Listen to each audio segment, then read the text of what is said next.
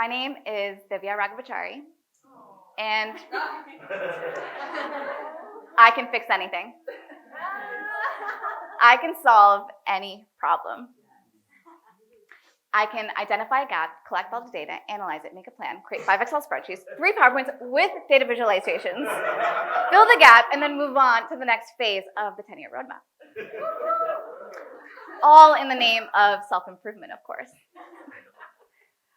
And I have the journals to prove it. Habit trackers, mood trackers, New Year's resolutions, birthday goals, intentions, reflections. Did I meditate? Check.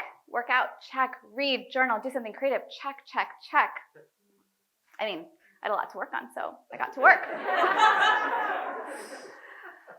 But the underlying current of all of that chatter, you're not enough. You're not smart enough. You're not successful enough. You're not cool enough. You're not creative enough. You're not interesting enough. You're not hot enough. You're not American enough. You're not Indian enough. You're not a good enough daughter, student, partner, friend. You're not happy enough. You're not peaceful enough. You're not lovable enough. You are not enough. So my mind goes,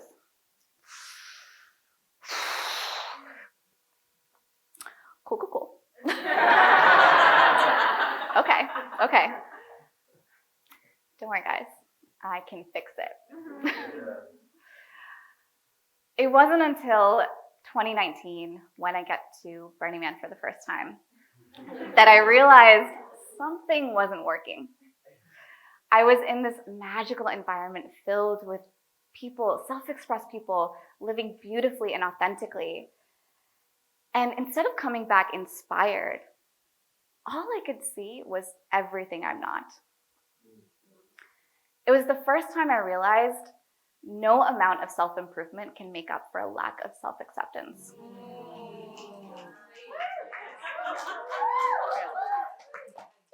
So I know that now, right? Progress, awareness, yay, good, okay. Good.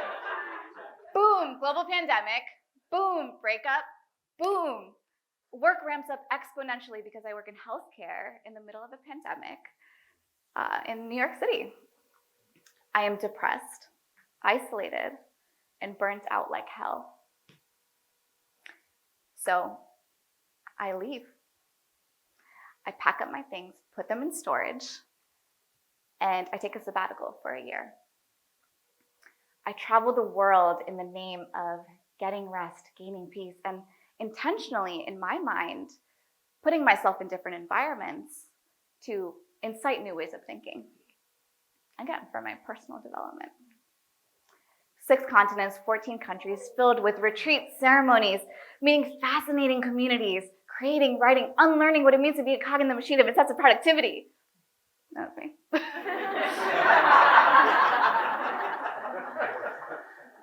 It was epic. It was glamorous.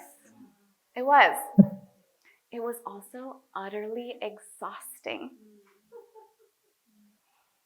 I get to Bali in September of 2022 after 8 months of bopping around the world in search of peace.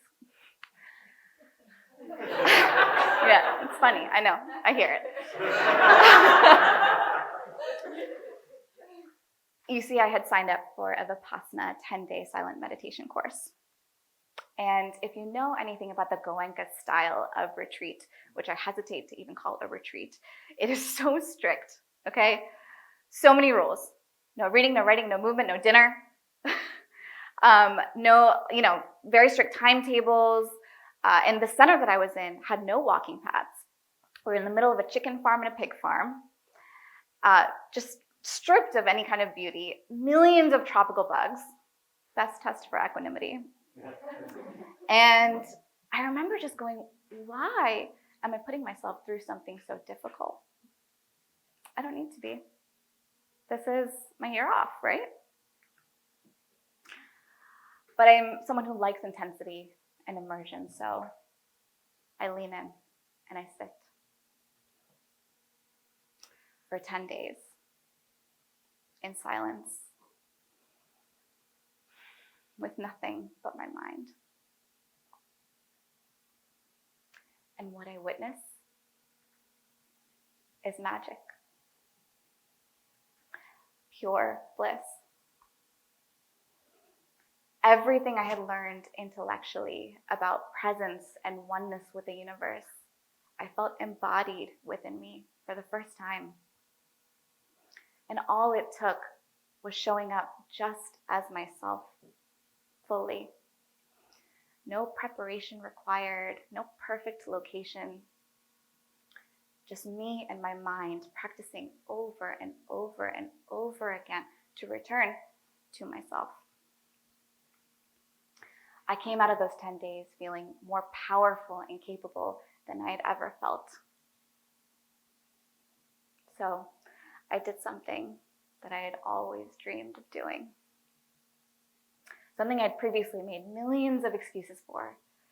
I hadn't trained, I don't have the right gear, I don't do well in altitude. I booked a ticket to Nepal and I went on to complete a 15-day trek of the Annapurna circuit, reaching an altitude of over 5,416 meters, almost 18,000 feet higher than Everest Base Camp. This was me at the top of Thorn Pass. 5416 meters.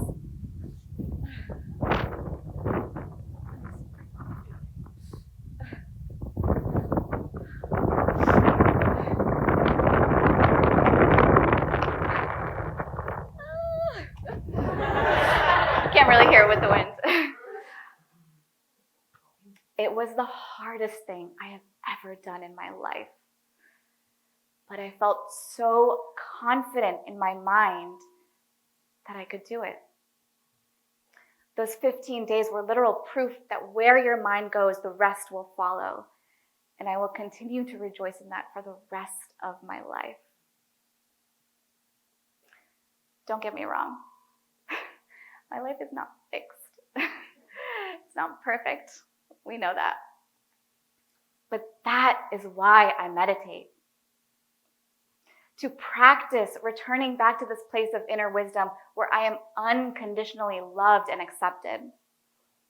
To remember the trust I have in myself, even if I haven't completed my 10-year, 5-phase, 100-step roadmap to enoughness. I was right, though.